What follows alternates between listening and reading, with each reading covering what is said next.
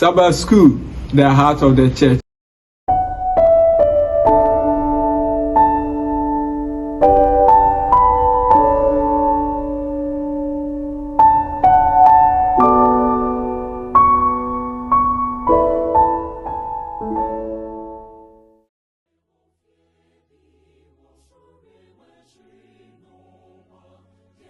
Adɔfonom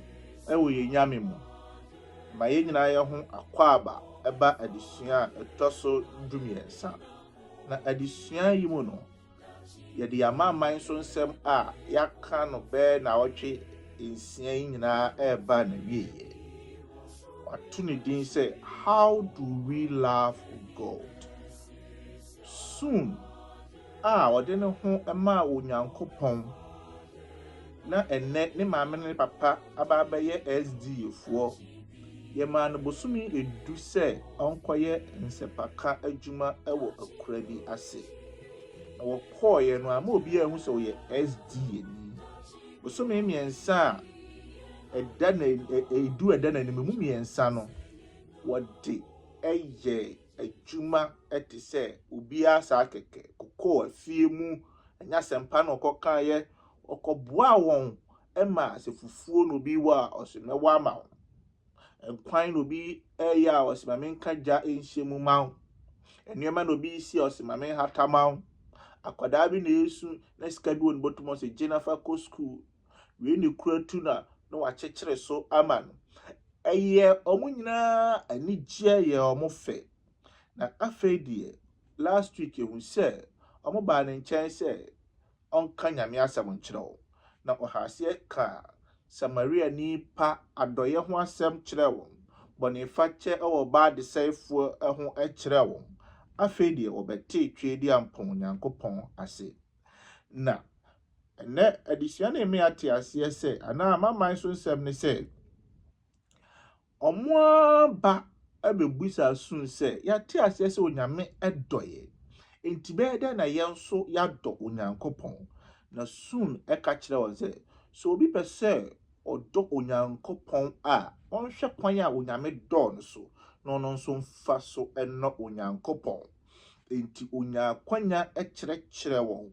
Bible ensɛm ahodoɔ saa ɛbrɛ yi na onya ho ewura enuema a yɛyɛ a ɛkyerɛ yɛn sɛ yɛboa pa ɛdɔ Onyankopɔn ya paw Onyankopɔn wɔne wɔn ka homeda ho asɛm wɔne wɔn ka nam ho tie ne deɛ ntie ho asɛm wɔne wɔn ka tithe ɛne offering ho asɛm ɛna ɔkyerɛ wɔn memeda kwanhwɛfo yɛ ngidie aduonu wɔtwe no wɔkyerɛ wɔn eyi na ɛno ɛba awie no ɛna ɔkyerɛ wɔn sɛ ɔyɛ SDA ni na SD asɔre a wɔha yi no ɛno ɛna atete no abɛduru ne yi aboa no amana hu onyame to biara ɔpɛ sɛ ɔtoa so ehu onyame eyi no one asɔre no ensom na ono de ne mre a aka no isa adɔfonom ene Nyankopɔn ema na kromofo ede wo ho kodom SD asɔre no soon asɛm a ɔka twato ne sɛ Ellen White the Castle Ministry of Healing page 143 say Christ's method alone will give true success in reaching the people. The Savior mingled with men as one who desired their good. He showed sympathy for them, ministered to their needs, and won their confidence. Then he bade them, follow me. Eradi Yesu Kristo, na namu a otu na sasin kuto ne beboaye. Yedi kan ene se, oda ne do edi kyerɛ wo hu omobo na oboa wo. Enu achi no, nipa no nya ne mugidie. Enti ɔka kyerɛ on sɛ omedi won achi. Soon sɛ saa kwan a wɔfa aso yi no eno na aboa no ene soon ka kyerɛ yɛn sɛ ɔno abɛyɛ sempakani kɛseɛ na nya no nko a afi bia no ɔtete asempakafo over 100 ɛwɔ nyame dwuma mu onyame mmoa yɛn na ɔnka yɛn ho emra yɛwura adesua yi ɛwɔ Kristo dimonti amen. Sɛ yɛbɛbrɛ akoma se na yɛabɔ mpae onyamtumfo igya adesua a yɛbɛsua hyɛ wo nsa onyame a ɔyɛ nokwafo na wonya yɛn ɛma yɛn hwe ase da biara da upagya yɛn yɛahwe aseɛ mu na ɔka yɛn ho da biara yɛsɛ wo sɛ da ho adi kyɛn wɔ adesua yi mu Yeni odi ready siemu se ka ne ho na kasa fa ne muma ye na ya disian ento afoforo akoma so no hu no kra Nyankopɔn Kristo Yesu di mu nti amen. Nyame mba ne nyame adɔfonom ma yenyina ya ho akwaba eba adisia etoso dumiensa. Adisia wato ne din sɛ choose ye this day. Ene edai munyi na momfa. Ani gisema ewo mu ne sɛ yɛte yenuanom bi nka a opese wo chia won adɔfonom. Yenua ba odi kan eye ameya Esther ofri brekum kato SDA Church. Ose onyame enhyira ye nyina.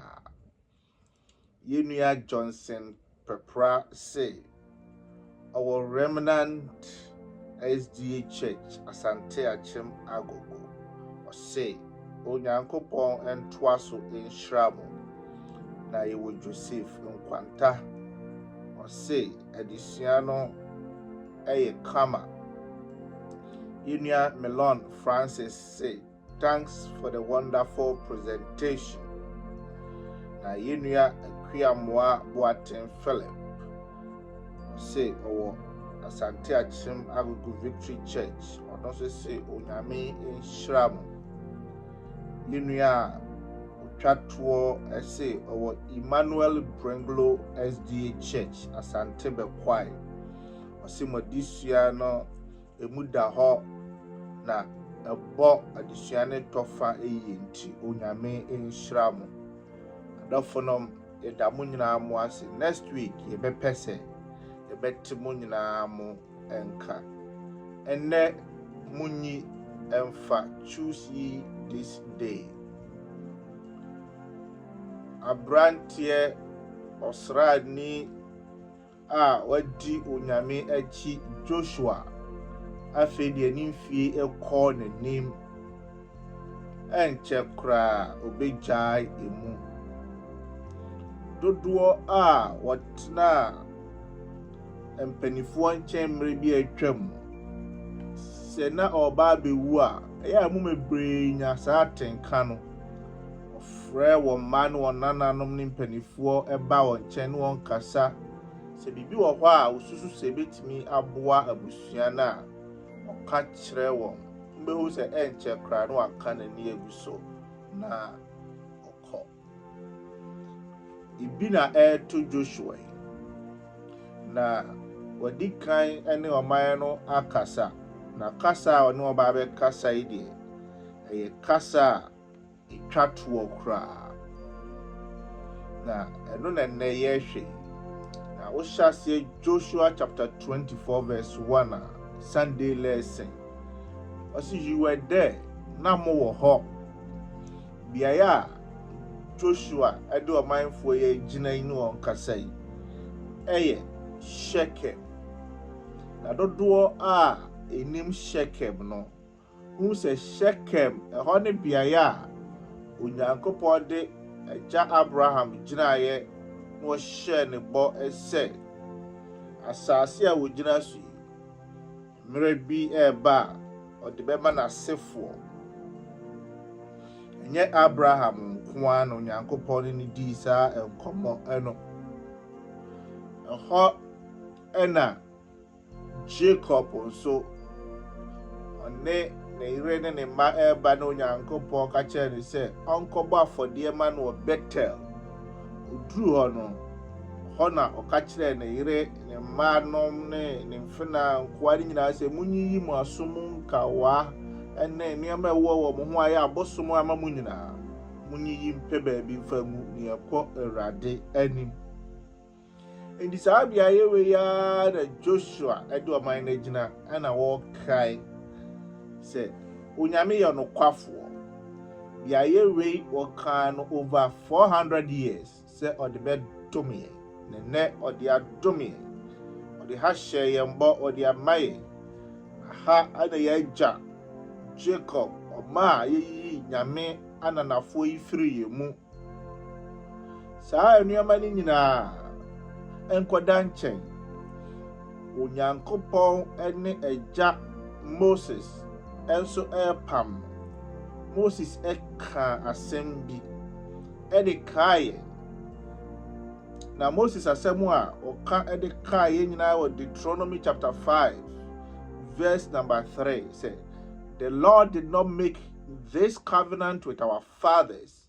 but with us, those who are here today, all of us who are alive. I say, monkai na mo se, ye janom onyame ene won anye apam so monkwa. Na emom won na ene wote ase, won emra onyame ne agyanom ye apam no, na won so mo wo hobby. Adafodom ebia ebeye wa adwene se ye nananom bi ene ne won apam enti ye de different ka ene no nyame ne ye pam a ka beye snonko ene no nyame basase iso a ka nneema beye different. Moses ka kire yen se ene fo ye ete ase ye nyina onyame ene yen ene ye apam. And Joshua de kai o mind for ne say mama mo remfi de Moses ka kire ya nsa na wo say yaja Jacob ne Abraham apam a onyame ne won ye wo Shechem no yenso ene ye te ase wo Shechem yi no na yenso ye wo ho ebi o kire ya me ate ase say minuanom ne adofonom enuama atwedi ampa onyame eye ma won no enua bi ene wa ya mayen enti apam no yenso ye hyemu bi adisua ne kire mu ma ye hu se kasa ewo Joshua chapter 24 verse number 2 to 3 no onyame kasa nyina o say I took, I gave, I sent, I plagued, I did, I brought you out, I delivered you. Onyame ka I be empre be esia ewo ho omo na ti ase se eyono no twedi amponyame na enne ne manfo pam one ne manfo enam attention gina ono no twedi amponyame eso enti wona wawu no se woni ho akra na attention gina twedi amponyame so enti no entwa mu onyame nwuye enti mu se moka ho ebi na de opese osama wonte ase ebi oni se ono no twedi ampon nyankopon no ono na aye won se de wotie enti won hwe won ho eyi enye won ahoɔden ana won nyuma ebia ye de risia ne eba fom a menuanom ne adofonom enne ye mmebre wo hɔ a etoda aya na yen kai se enuama a onyankopon ede na safo afamu no ewo nsunsuanso ewo yen so ene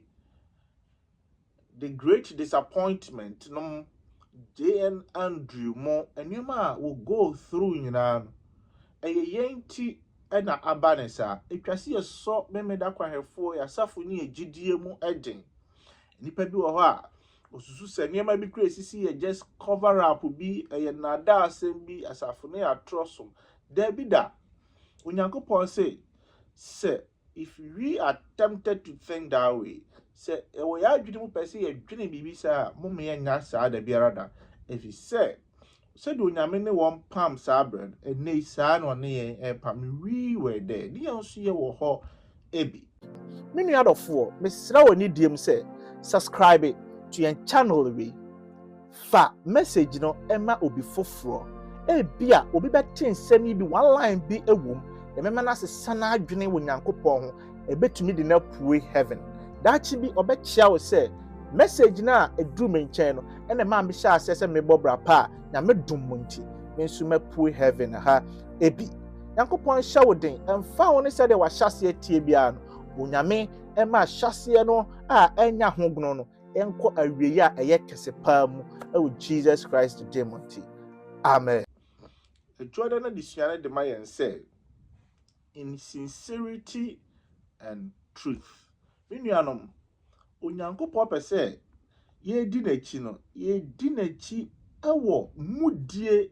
ene nokure mu ese wudi onyame achi a uma mu ayedu uma unya anuonyam ebi ese unanti ni mu no kra emu adofo Joshua ma omanfo na te se Onyankopɔn nneɛma a wayɛ no ɛdɔɔso wɔhase kenkan nneɛma baako mmienu mmiɛnsa a twedi ampa Onyankopɔn ayɛ na afei ɔde ɛba fam no ɛna ɔka kyerɛ wɔn sɛ me nuanom ne adɔfodom ɛna etwa sɛ mobɛsom twedi ampa Onyankopɔn a monsom no wɔ mudie ɛne nokora emu adisua ne sɛ yɛka sɛ obi som Onyame wɔ mudie ɛne nokora mu a ɛnyɛ ahunahuna bi ɛne entadeɛ ɛhyɛ bi ɛkɛkɛ ɛnyɛ outward appearances nkoa ɛyɛ deɛ nanso wɔ sɛ etwa sɛ efiri akoma a ɛdɔ twedi ampa Onyankopɔn emu wɔkyerɛ me ati aseɛ sɛ ɛnyɛ afɔdebɔ nkoa a yɛbɔ me nuanom na yɛgyidie amapa nokoradie amapa adɔfonom ane Nyankopɔn ɛma yɛnyame so mebre wɔ hɔ a ɛkame yɛ sɛ yɛyi homeda a yɛkɔ asɔre firi mu a yɛmu mebre wɔ hɔ a wɔahɔ a yɛhɛda hu biribi a kyerɛ sɛ yɛnyamesomfoɔ adisua ne sɛ ba ne saa deɛ a Joshua asɛm a wɔka kyerɛ ɛde sɛ moma yɛhwɛ yɛn ho yie etwa sɛ yɛma Onyankopɔn ho sɛ ɔno na bɔɔ yɛn wɔdɔ yɛn na yɛfiri akoma pa mu ɛna ɛsom no ɛwɔ nokora mu ɛwɔ mu die emu ɔtoa so ɛwɔ ɛbrɛda na adisua ne sɛ free to serve me nuanom Onyankopɔn pɛ sɛ yɛfiri ɔpɛ pa mu ɔsom a efiri ɔpɛ emu Onyankopɔn anhyɛ obi a etina Joshua sɛ me nuanom sɛ yɛmo ani so bɔne sɛ mobɛsom twedi ampa a ɛnɛ dai mompaw sɛ mobɛsom Amorifo nyame na sɛ mobɛsom Onyame a wakora yɛn wɔ ɔkɔdeɛ ntaban so abedu a ɔkyerɛ wɔn sɛ wɔmfiri ɔpɛ pa mu ɛna ɛnsom Onyame wɔ hɔ yi no wɔnhyɛ wɔ bia ɛfiri sɛ wɔyɛ ɔdɔ wɔ hɔ yi ɛnhyɛ ne partner nhyɛ obi a pɛsɛ wɔ yere na da bia wo sɔre a wodi tuo atoɔ na waka kyerɛ sɛ ka sɛ wodɔ me wɔsɛ I love you wɔsɛ me dɔ wonim sɛ ɛnyɛ ɔdɔ ɛyɛ ɔhyɛ enti Onyankopɔn wɔ yi no ɔmfa bonsam gyam anaa heaven bi ɛna ɛdɔdɔ yɛn sɛ yɛnni n'akyi daabi ɔpɛ sɛ yɛhu sɛ deɛ yɛyɛ no ɛyɛ ade pa sɛ heaven ni hɔ sɛ hell kora ni hɔ ɛyitwa sɛ nokora nyamesom ɛna yɛpaw yɛdɔ a efiri akoma pa emu ɛni Joshua ɛmi yɛte nneɛma mmiɛnsa bi ase ɔmi yɛte aseɛ sɛ Onyame a yɛsom no yɛa ne efiri yɛn pɛ mu ɛpaw no na ɔmanfoɔ no nso hu sɛ munya paw twedi ampa Onyame deɛ a muhu sɛ ɛyɛ a serious decision sɛ wanya paw no nkoa deɛ hu sɛ wa make a contract wone ne wɔ apam bi ne twa sɛ wodi ne nneɛma bi ɛso ɛnyɛ sɛ wa paw twedi ampa Onyame saa kɛkɛ na woyɛ nea wopɛ saa kɛkɛ ɛba ne saa deɛ a adisua na mi ate asɛ sɛ obi biara wa paw Onyankopɔn a asɛ wɔwɔ Nyame afa asɛ oni Nyame afa saa onipa korɔ no wɔ bonsam afa na wɔn a wapaw Onyankopɔn ne deɛ ɔmo deɛ ne yɛ serious decision enti da bia yɛhu wɔn ɛwɔ Onyankopɔn afa Joshua Samuel ate aseɛ sɛ power mo paw Onyankopɔn no ɛnyɛ an imposition ɛnyɛ leader bi ɛna akyerɛ mo sɛ mo mpaw enti na mo paw efisɛ mo a mo sese hwɛ deɛ twedi ampa Onyame ayɛ a etwa sɛ mo paw no na deɛ tɔ so bio a etwa toɔ ne sɛ ɔpɛ sɛ wɔhu sɛ ɛnyɛ ɔmo ahoɔden kɛkɛ ɛna ɔde ebedi Onyankopɔn akyi sɛ ɔmo apaw no ɔma ɔhu sɛ wodi twedi ampa Onyankopɔn akyi wɔ honhom ɛne nokora ɛne mudie mu no saa ahoɔden no fi twedi ampa Onyame enti no ka sɛ I did that miyɛ wei Onyankopɔn akyerɛ wɔ sɛ wobɛdi n'akyi a ɔno a na ɛbɛyɛ biribiara ama wo nkwada na disua ne sɛ the dangers of idolatry Yɛwɔ adultery ɛne yɛwɔ idolatry. Adultery no ɛyɛ adwamammɔ, but idolatry no ɛyɛ ahonisom. Ɔsi musuo a ɛwɔ ahonisom emu. Ne nua ɛnom Joshua ɛkyerɛ wɔn ama wɔn ho sɛ ahoni na ɛwɔ Egypt no ho deɛ Onyankopɔn yɛ Egyptfoɔ. Beebiara a nipa yɛ ɔho abosomsom asase a maba abɛto so yi no, ɔho de Onyankopɔn ma yɛyɛ Jerichofoɔ. Ɔho de Onyankopɔn ma yɛyɛ Aifoɔ. Ɛyɛ ahonisom abosomsɛm a na ɛwɔ wɔn mu. To wɔka kyerɛ wɔn sɛ ɛna me ne mo kasa yi no, afei deɛ ɛnyɛ Egypt ɛnyame na meka wɔn ho asɛm, na mmom ɛnyame a ɛwowɔ mo mu. Efisɛ ɔmanfoɔ no wɔn kasa no, na ɔmo wɔ nneɛma hyehyɛ wɔn ho. Ebinom ba no na ɔmafa abosom ne bi ahyɛ wɔn ho kasa kyerɛ ne nyinaa no, na nneɛma saa wɔ wɔn ho. Ako a wɔkɔ ne binom kɔ a no wɔwia wɔn abosom de ba. Sɛdeɛ yɛnwono saa nneɛma no, adɔfo no yɛka abosomsɛm a saa nneɛma a yɛanwono ne nketenkete no, so wɔde mogya gu so wosɔre anɔpa na wɔka wo nsɛm kyerɛ no a, nokura mu no bohu sɛ honhom bɛtena mu na ɛyɛ adekorɔ no ma wo. Ɛnyɛ abosomsɛm saa kɛkɛ. Nneɛma a wopɛ no wo nsa ɛka. Entamanfoɔ no na nneɛma bi wɔ hɔ a wɔkotokoto nyansɛm nneɛma a no wɔpɛ enti na ɛyɛ wɔn fɛ na ɛyɛ wɔn akɔnɔ. Na wɔka kyerɛ wɔn sɛ nneɛma a mususu sɛ mo nsa ɛka nyinaa no ɛyɛ nneɛma a ɛde mu bɛkɔ wɔ wuo mu, ɛbɛtwe mo afiri twɛdi amponyame nkyɛn. Na mohu sɛ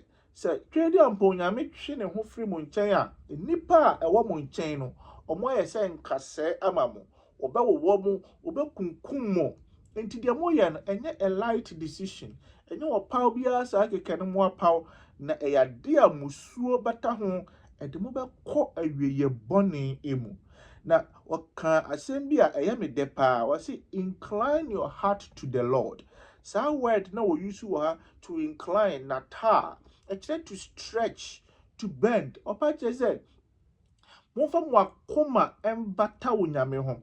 Momfa mbata na ɛwɔ hɔ no ɛkyerɛ a conscious decision. Wofiri wo pɛ mu atu anamo bi abɛn wɔ bi asɛ obi ekuntu ne mu ayɛ bibi. Joshua ɛyɛ kyerɛ sɛ Nyame a maba bɛdi n'akyi no ɛyɛ sɛ mobɔ mo adwene mpɔ sɛ mobɛyɛ bibi adi n'akyi. Sɛ woama w'adwene mpɔ wo Nyamesom mu a wo mu wɔ ha na ɔbonsam etumi ɛfa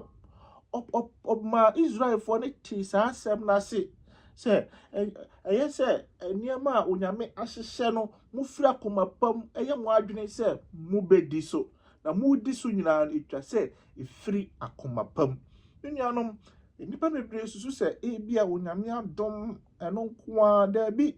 ɛnte saa. Sɛ Onyame adom wɔ hɔ ma yɛn a ɛdeɛ na ɛkyerɛ sɛ yɛnya Onyame adom. Ɛyɛ conscious effort, conscious decision. Yɛfiri ɔpɛpam ayere yɛn ho ayɛ saa deɛ. Homeda biara woyɛ late ɛyɛ sɛ wohyɛ aseɛ plan dwene na woyɛ saa deɛ no, na Onyankopɔn mɛma no aba mu. A conscious decision. Yɛwɔ na disua ne sɛ finishing well. Na wokae Joshua chapter 24 verse number 29 to 23 na ɛyɛ anigyesɛm na sa yɛ awerɛhosɛm. Akra Joshua ɛbɔ nsɛm wɔ nyinaa tɔfa ewie no. Ɔtwerɛfoɔ no a wɔtwerɛ Joshua ɔtɔ biography na wieyɛ nsɛm no ɔkyerɛ mu sɛ yɛde Joshua amu ɛto Joseph amu nkyɛn. Ebio yɛde ɔsɔfopanin Eliezer nso amu ɛto hɔ bi. Akuku da mmiɛnsa wei no ɛda no ɛna yɛsie wɔn mmiɛnsa. Joseph a ɔmasoa na amu no ne funu efiri Egypt no ɛda a Joshua wuiɛ ɛna yɛsie no. Saa ɛda na yɛsan esie ɔsɔfopanin a wadi wɔn akyi saa Eliezer. Afei de akra Joshua beaeɛ a n'agyanom ɛdaeɛ no ɛhɔ a ne ɛkora ɔno nso wɔ hɔ. Joshua yɛbɛtumi aka sɛ ɔkopa no wako awie,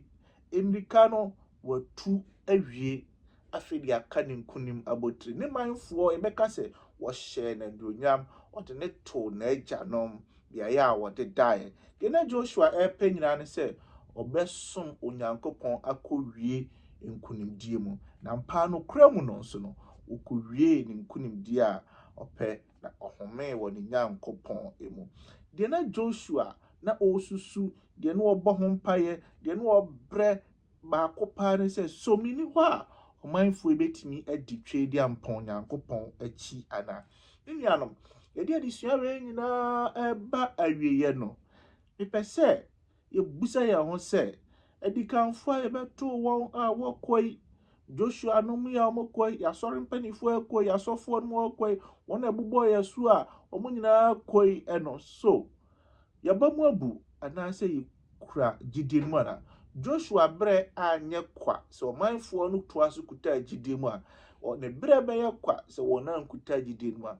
mama ye nkuta ye gidin mu nkosi awieye yebenya nkunim aboti eno onyankopon kan ye ho onti nanim nkyerɛ na ɔma enne adisua yi choose this day yempower enne nyankopon ɛmoa yɛn saa Kristo din mu nti amen Unyadofo yɛda wasese bre bia unya bre any die hard shepherds isua yɛn sɛ ba school adisua no bre bia yɛde betum no unya daagye ɛkɔhwɛ ne bɛsɛsɛ